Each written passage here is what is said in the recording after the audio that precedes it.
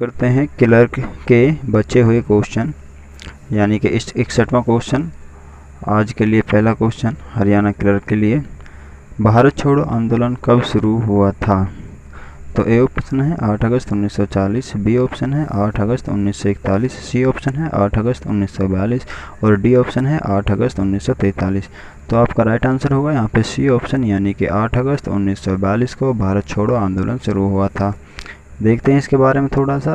ये पहला पॉइंट है, कांग्रेस की विचारधारा के अनुरूप यह एक शांतिपूर्ण अहिंसक आंदोलन था जिसका उद्देश्य अंग्रेजों से भारत को स्वतंत्रता देने का आग्रह करना था।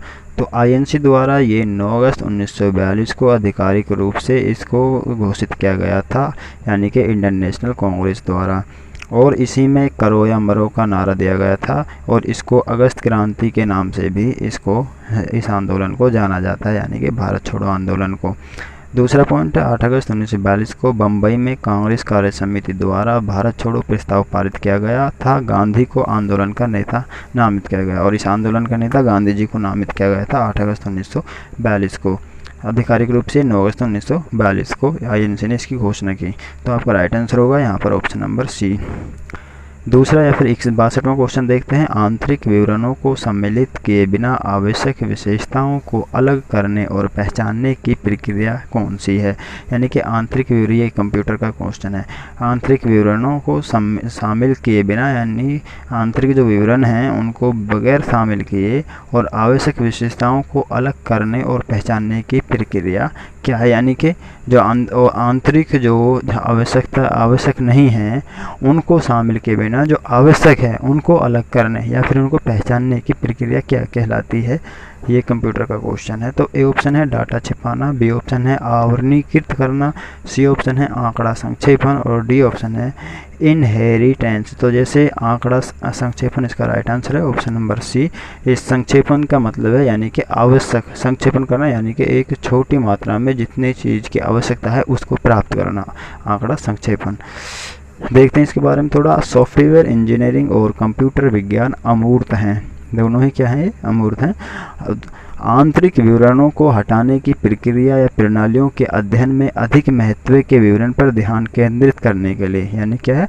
आंतरिक विवरणों को हटाने की जो प्रक्रिया होती है या प्रणाली होती है उसके अध्ययन के समय जो अधिक महत्व की जो सामग्री होती है उस पर ध्यान केंद्रित करने के लिए संक्षेपण की प्रक्रिया की जाती है और ये एक अमूर्त प्रक्रिया है। अगला 63वां क्वेश्चन देखते हैं, एक व्यक्ति मासिक किस्तों में रुपये 975 का भुगतान करता है। प्रत्येक महीने वो एक धनराशि का भुगतान करता है और उसको टोटल 975 रुपये देने हैं। प्रत्येक किस्त पूर्व की तुलना में 5 से कम है और जो मासिक जो रूप में वो एक कीमत देता है उसमें वो पहले महीने की तुलना में 5 रुपये कम देता है। यदि पहली किस्त का भुगतान रुपये 100 किया गया तो पूरी राशि का भुगतान कितने समय अवधि में होगा? तो पहली किस्त यहाँ पर दे दी है 100, तो अगली किस्त वो देगा 95, अगली देगा 90, अगली देगा 85, यानी 5-5 रुपये कम होती जाएगी। तो 975 रुपये की राशि कितने महीने में भुगतान वो पूरी कर देगा? तो ए ऑप्शन है 10 महीना, बी ऑप्शन है यहाँ पर 14 महीना और सी ऑप्शन है 13.5 महीना और डी ऑप्शन है 15 महीना। तो आपका राइट आंसर होगा यहाँ पर डी ऑप्शन, यानी कि 15 महीना। और 15 महीना या तो हम ओरली निकाल सकते हैं, जैसे मैंने अभी बताया। फर्स्ट में जाएगी कि 100 रुपये की, अगली 95, अगली 80 और अगली 95, अगली 90, अगली 85। तो इस तरह से तब तक किस्त आएगी जब तक 975 रुपये पूरे नहीं हो जाते और उन महीनों को हम ऐड कर दें, यानी कि इसकी एक एपी बना ली जाएगी और एपी में जो टोटल जो पद आएंगे n पद जो आएगा n पद तक उन पदों को काउंट कर दिया जाएगा। n यानी सबसे लास्ट का जो पद आएगा, सबसे लास्ट की जो राशि आएगी भुगतान की। तो इसका सिंपल सूत्र आगे ये दिया गया है निकालने का। समांतर श्रेणी के अन्य पदों का योग जो होता है वो होता है यानी कि पहला पद यानी 100 दिया गया है, पहला पद 100 रुपये दिया गया पहले महीने की राशि, जमा पहला पद यानी 100 और फिर जमा डी, यानी कि डी कितना आया? हर महीने कितने से कम हो रही है? 5 रुपये से, तो माइनस डी की जगह पे आ जाएगा यहाँ पे -5। ऐसे अगले में फिर 2 × -5, फिर अगले में 3 × -5 और ए यानी 100 ऐड होता चला जाएगा उसमें सब में। तो इस तरीके से इसको आसानी से हम निकाल सकते हैं। अगला क्वेश्चन देखते हैं, 64वां क्वेश्चन, बड़ी संख्या में निर्देशों वाला कंप्यूटर एक खासदान कहलाता है। तो बड़ी संख्या में यानी कि जैसे मैं यहाँ पर ये बहुत सारे कार्य को एक साथ करना, बड़ी संख्या में निर्देशों वाला कंप्यूटर, ठीक है। तो ए पहला ऑप्शन है ARISC, बी ऑप्शन है CISC और सी ऑप्शन है RISS और डी ऑप्शन है CISS। तो आपका राइट आंसर होगा बी ऑप्शन, यानी CISC जो कंप्यूटर है वो बड़ी संख्या में निर्देशों वाला कंप्यूटर है। देखते हैं इसके बारे में। एक जटिल अनुदेश सेट कंप्यूटर, यानी CISC हिंदी में इसका जब हम बनाएंगे तो एक जटिल अनुदेश सेट कंप्यूटर बनेगा इसका फुल फॉर्म का हिंदी। एक कंप्यूटर है, यह एक लोड के रूप में कई निम्न स्तर के ऑपरेशन निष्पादित करने में सक्षम है। ये क्या है, एक लोड के रूप में, यानी डाउनलोडिंग होती है जिस तरीके से, ये कई निम्न स्तर के कई जो ऑपरेशन होते हैं उनको इकट्ठा निष्पादित करने में सक्षम है। यह एकल निर्देश सेट कंप्यूटर यानी RISC के विपरीत बनाया गया है। तो RISC जो है वो इस चीज़ में सक्षम नहीं है, जबकि CISC इसके विपरीत बनाया गया है और ये इस चीज़ में यानी कई निम्न स्तर के ऑपरेशन निष्पादित करने में ये सक्षम है। इंग्लिश में भी देख लेते हैं। एक कम्प्लेक्स इंस्ट्रक्शन सेट कंप्यूटर, इसका फुल फॉर्म क्या है, कम्प्लेक्स इंस्ट्रक्शन सेट कंप्यूटर, और हिंदी में बनेगा एक जटिल अनुदेशक सेट कंप्यूटर।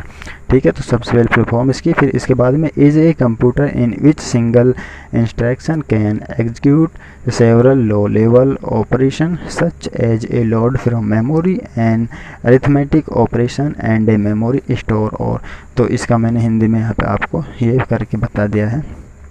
अगला 65वां क्वेश्चन है, कौन सी सबसे बड़ी संख्या है जो 165 और 225 को विभाजित कर सकती है। तो यहाँ पे आपको पता है 225 से अगर हम देखें डी ऑप्शन में तो वो 225 को ही कर पाएगी, 165 को नहीं करेगी। 2475 किसी को भी नहीं करेगी क्योंकि वो दोनों से ही बड़ी है।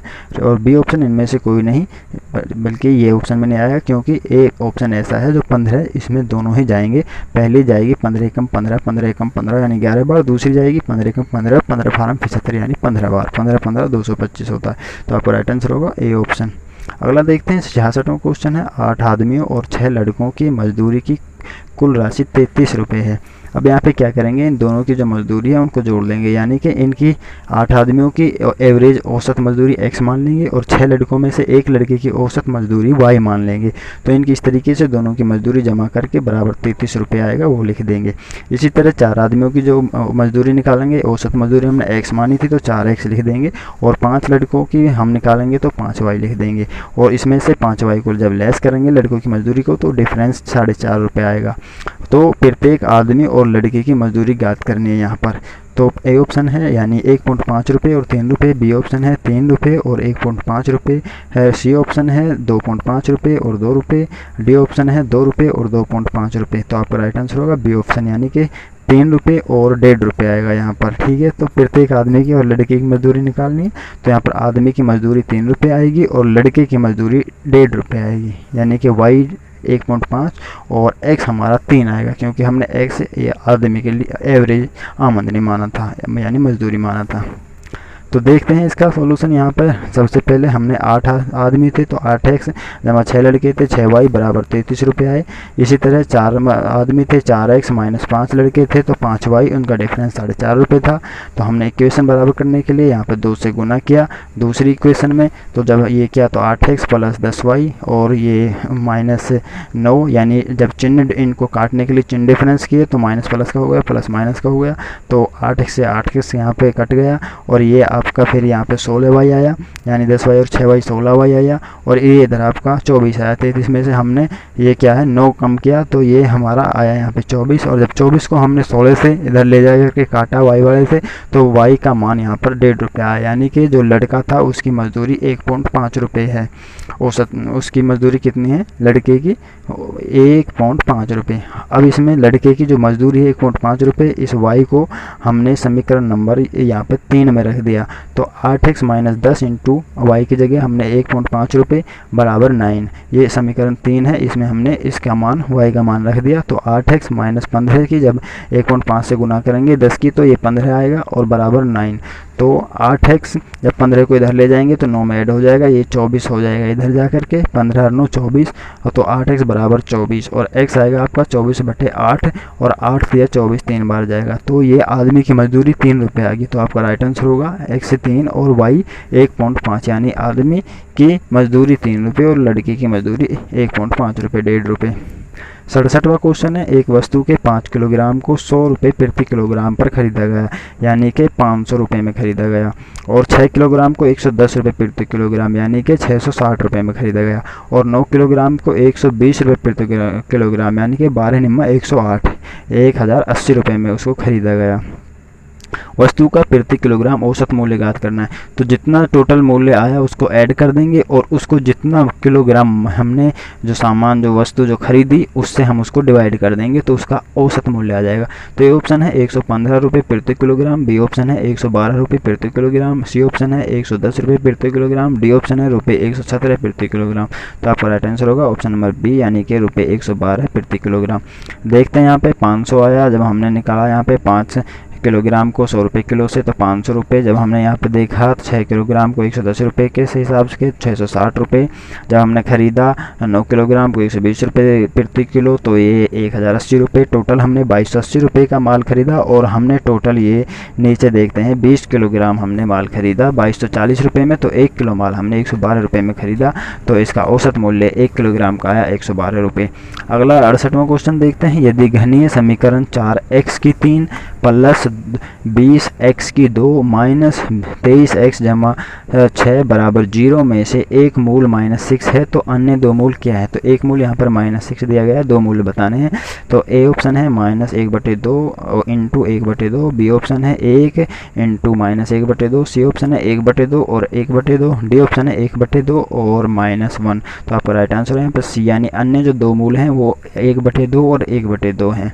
तो इसका यहाँ पे सॉल्यूशन देख लेते हैं। ये 4x की 3 और इधर दिया गया है ए बी सी, यहाँ पे तीनों को यहाँ पर जब जोड़ किया गया तो ये -20/4 आया, और जब इनको हमने यहाँ से डिवाइड किया 4 पंजे 20 तो -5 आया।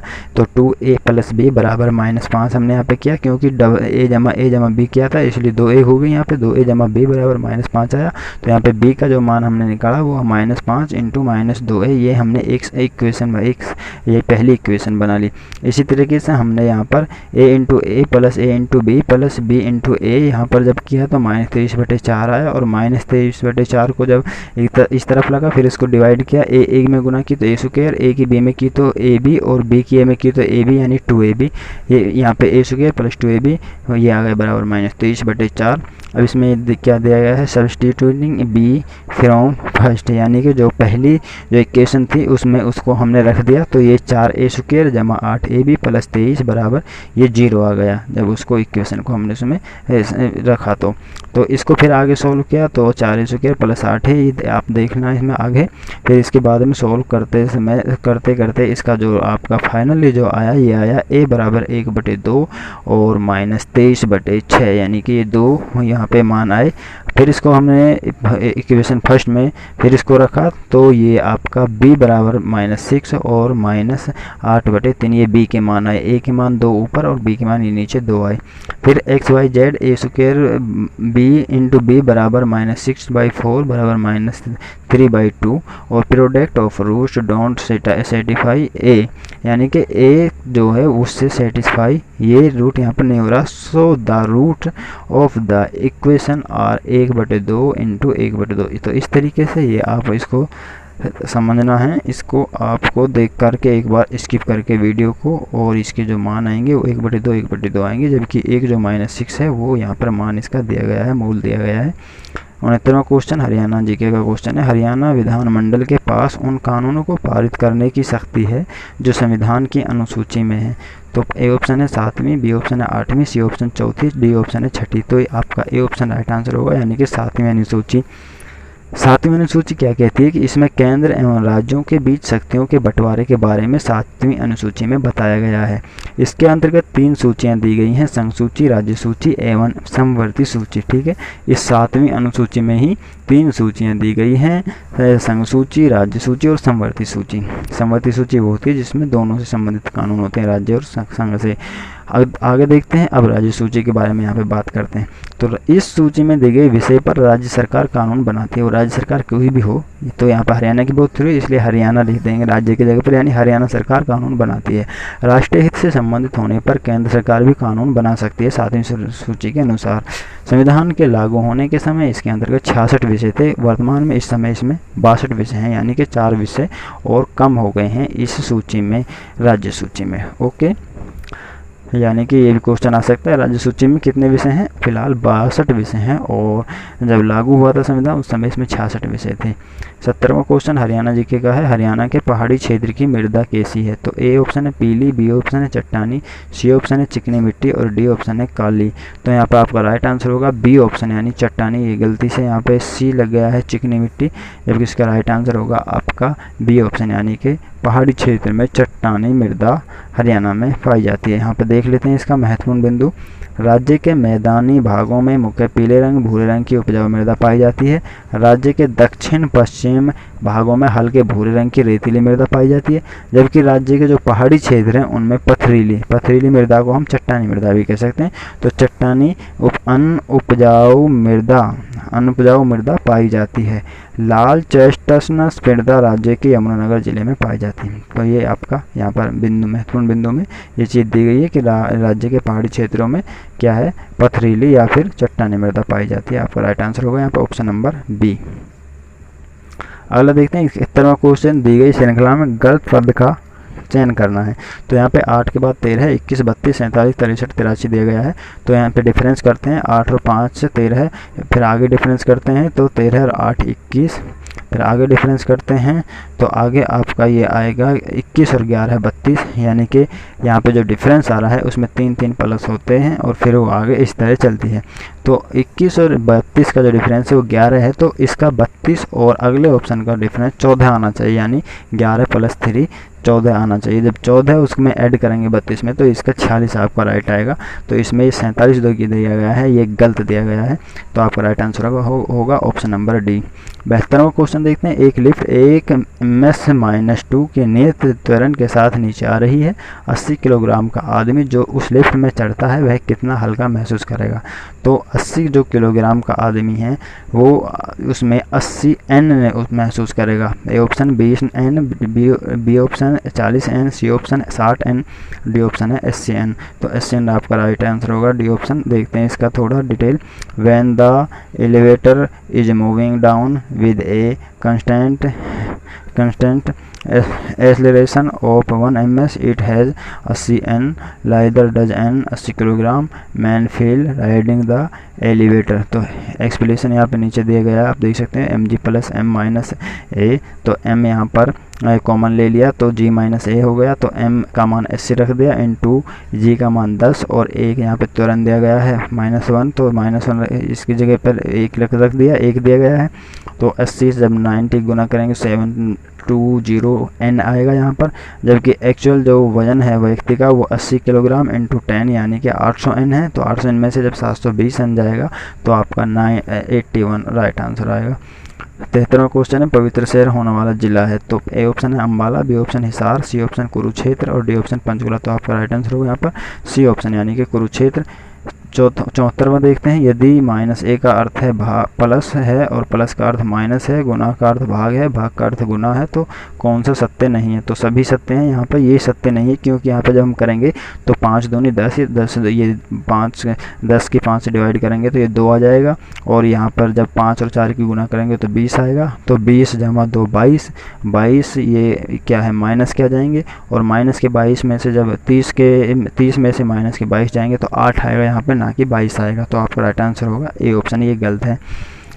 इंग्लिश का क्वेश्चन है 75वां, इसमें क्या करना है, अंडरलाइन वर्ड जो है उसको ही साइंड द लेटर उसको पहचानना है। तो यहाँ पर ये साइंड जो वर्ड दिया गया है, अंडरलाइन नहीं लगाया है इसके नीचे, तो साइंड वर्ड बताना है यहाँ पर ये कौन सा वर्ड है। तो ये वर्ब है और ये वर्ब की फॉर्म है। तो आपका राइट आंसर होगा सी ऑप्शन। देखते हैं इसमें, इसका अर्थ होता है पर हस्ताक्षर किए उसने, यानी कि यहाँ पे लिखा है ही साइन द लेटर, उसने लेटर पर हस्ताक्षर किए। तो साइन क्या है, ये वर्ब है।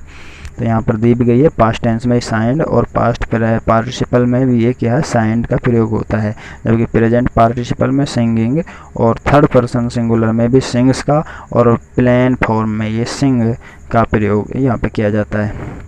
76वां क्वेश्चन है this is the dash which he invariably wrote at. तो यहाँ पे डैश जो नीचे दिया गया है एट, ये बताना, ये पहचानना है ये कौन सा शब्द है।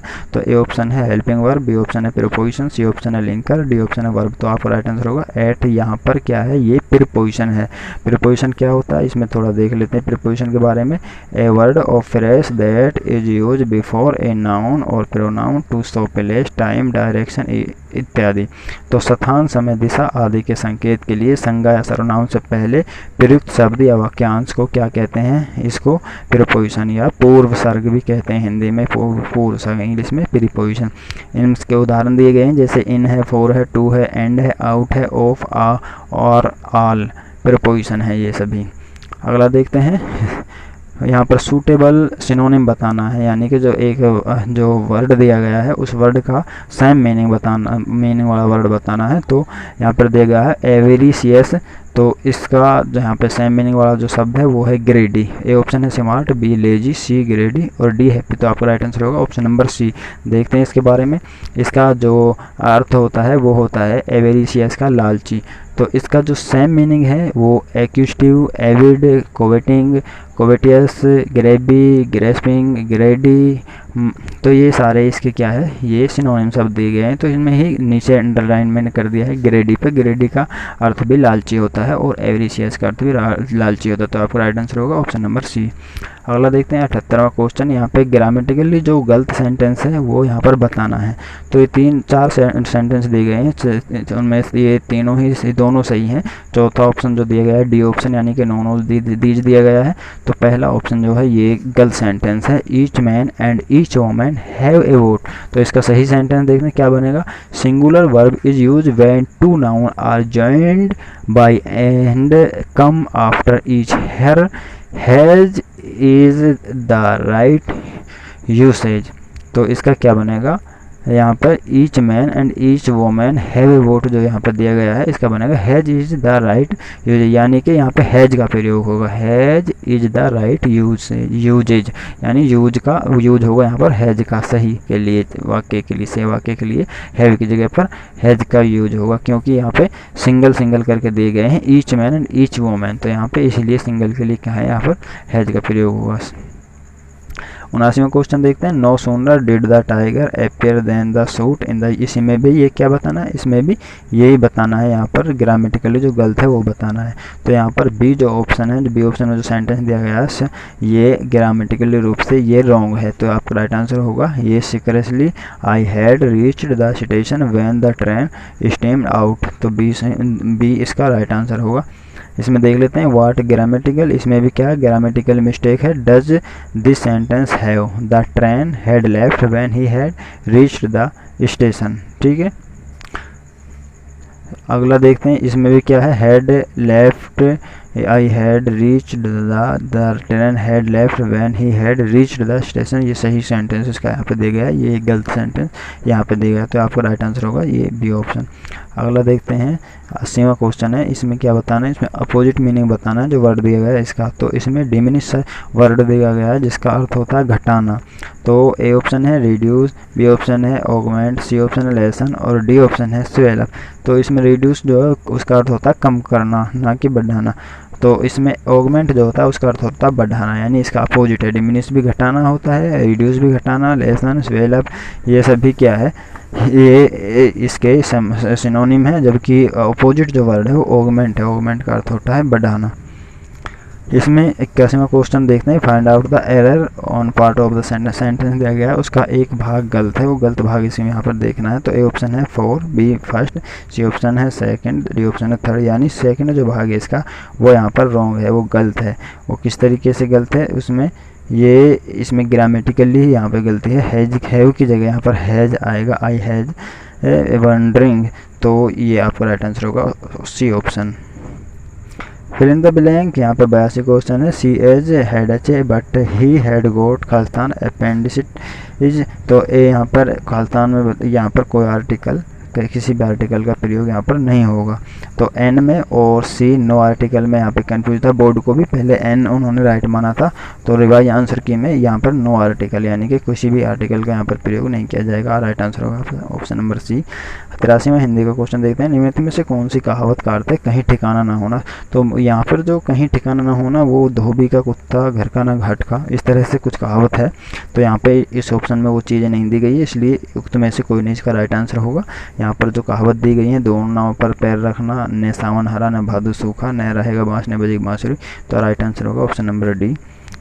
84वां क्वेश्चन है। देवनागरी लिपि में कुल विसर्ग और अनुस्वार सहित कितने स्वर माने जाते हैं। तो आपको पता है देवनागरी लिपि में 11 स्वर होते हैं अगर विसर्ग और अनुस्वार को हटा दें तो, जबकि अगर विसर्ग और अनुस्वार को ऐड करते हैं तो 13 होते हैं। अगर वो डायरेक्ट पूछता कितने यहाँ पर स्वर हम हैं तो आपको 11 ही यहाँ पर लगाना था, 11 ही राइट माना जाता है। जबकि अगर उसने दिया गया है विसर्ग और अनुस्वार को भी ऐड करना है तो यहाँ पर 13 यहाँ पे क्या स्वर माने जाएंगे देवनागरी लिपि में। तो ए ऑप्शन आपका 13 राइट है, बी ऑप्शन में 11 है, सी में 15, डी में 10, तो आपको राइट आंसर होगा ए यानी 13। जबकि ए और बी ऑप्शन में कन्फ्यूजन यहाँ पे होने के चांस ज़्यादा हैं। सी और बी तो सी और डी बिल्कुल अलग है। 85वां क्वेश्चन देखते हैं। पदों का वह समूह जिसके द्वारा हम कोई पूरी बात कहते हैं वह। तो हम किसी भी बात को, किसी की बात को समझने और किसी को अपने बात को समझाने के लिए एक पूरा वाक्य बोलते हैं, ना कि एक शब्द बोल दिया उससे हमारी बात समझ में नहीं आएगी हम क्या कहना चाह रहे हैं। ठीक है, हमने किसी एक शब्द का नाम ले दिया तो हमको नहीं पता जो हम शब्द के लिए कह रहे हैं। किसी वस्तु का नाम ले दिया तो नहीं पता वस्तु को रखने के लिए कह रहे हैं, उठाने के लिए कह रहे हैं, लाने के लिए कह रहे हैं, ले जाने के लिए कह रहे हैं, क्या कर रहे हैं। तो इसलिए वाक्य का पूरा होना ज़रूरी है किसी की बात को पूरी को कहने के लिए। तो आपका राइट आंसर होगा सी ऑप्शन। 86वां क्वेश्चन यहाँ पर देखते हैं। ये कारक दी गई हैं, इधर विभक्तियाँ दी गई हैं, विभक्तियों के जो चिन्ह दिए गए हैं इधर कारक चिन्ह बोल सकते हैं इनको।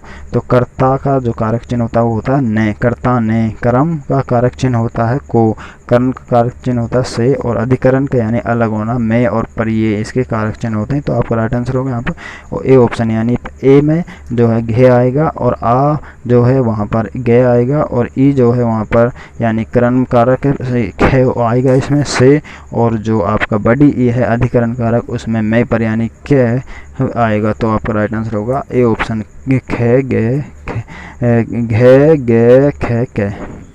87वां देखते हैं। निम्नलिखित में से पुल्लिंग शब्द यहाँ पे बताना है। तो माता स्त्रीलिंग है, सुगंध भी स्त्रीलिंग है, कुर्सी भी स्त्रीलिंग है और पक्षी यहाँ पे पुल्लिंग है। इसको शब्द को वाक्य में प्रयोग करके पुल्लिंग की पहचान आसानी से की जा सकती है। 88वां क्वेश्चन देखते हैं। किस शब्द में वृद्धि संधि है। तो रमेश, बी ऑप्शन है अन्वेषण, सी ऑप्शन है यद्यपि और डी ऑप्शन है सदैव। तो आपको राइट आंसर होगा सदैव में क्या है वृद्धि संधि है। देखते हैं वृद्धि संधि की परिभाषा और एग्जाम्पल। तो वृद्धि संधि की परिभाषा है जब संधि करते समय जब ए आ के साथ और ए आई हो तो ऐ बन जाता है, और अब जब ए आ के साथ ओ और औ हो तो औ बनता है, उसे वृद्धि संधि कहते हैं। यानी ए आ के साथ यदि अगर ए से ए डी और ऐ से ऐनक हो तो ऐ से ऐनक बनता है, और जब ए और आ के साथ ओ और औ हो तो औ बनता है, औ से औरत बनता है। ठीक है, तो वृद्धि संधि का यहाँ पे एग्जाम्पल पे दिया गया है। तो सदा जमा में ए सदैव, यहाँ पे क्या है आ, सदा में क्या है आ आया और एव में क्या है ए आया, ए से ए डी आया, तो यहाँ पर ये बड़ी ए बन गया यानी कि आई बन गया, आई से एनक बन गया तो ये सदैव बन गया। इसलिए तो ये उदाहरण भी यहाँ पे दिया गया है। तो आपका राइट आंसर यहाँ पे होगा ऑप्शन नंबर डी सदैव। अगला क्वेश्चन है 89 क्वेश्चन। निम्नलिखित में से कौन सा बहुवचन रूप अशुद्ध है, यानी अशुद्ध बहुवचन रूप बताना है। तो माता का माताएं बहुवचन होता है, ये ठीक है। बी है गुड़िया का गुड़ियाँ बहुवचन होता है, ये भी ठीक है। डी ऑप्शन है पुस्तक का पुस्तकें बहुवचन होता है, ये भी ठीक है। जबकि काके जो है ये बहुवचन का शुद्ध रूप नहीं है। तो आपका राइट आंसर होगा ऑप्शन नंबर सी। 90 देखते हैं। घी शब्द का प्रयोग खालिस्तान लिंग में होता है। तो आपको पता है घी पुल्लिंग शब्द है, और बी ऑप्शन में नपुंसकलिंग दिया गया है, सी ऑप्शन में स्त्रीलिंग दिया गया है, डी ऑप्शन में इनमें से कोई नहीं।